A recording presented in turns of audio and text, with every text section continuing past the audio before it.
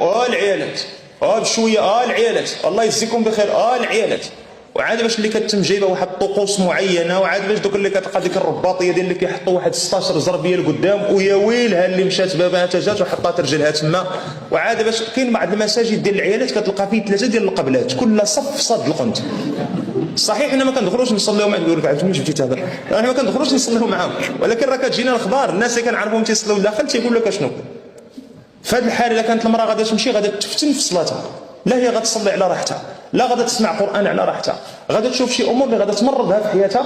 الافضل لها انها تصلي داخل بيتها، وداخل بيتها اشرف وافضل وارقى وانقى واتقى. الا قدرت مثلا تيسر انها مثلا تدبر على ديك المقرأه اللي كيتحط فيها مثلا المصحف، هذا شيء طيب باش تسهل على ديك العمليه ديال تحط الى اخره.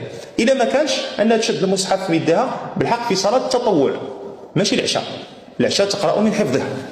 اما صلاه التطوع لا باس ان شاء الله تعالى تشد المصحف، لكن من الافضل انها دير قدامها مثلا شي كريسي ولا شي حاجه باش ملي تبغي تسجد ولا تبغي تركع تحط فيه المصحف. علاش؟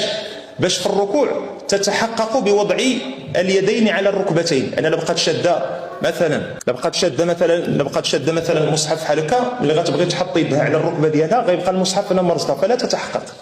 والاكثر منه وفي السجود، النبي عليه الصلاه والسلام قال امرت ان اسجد على 7،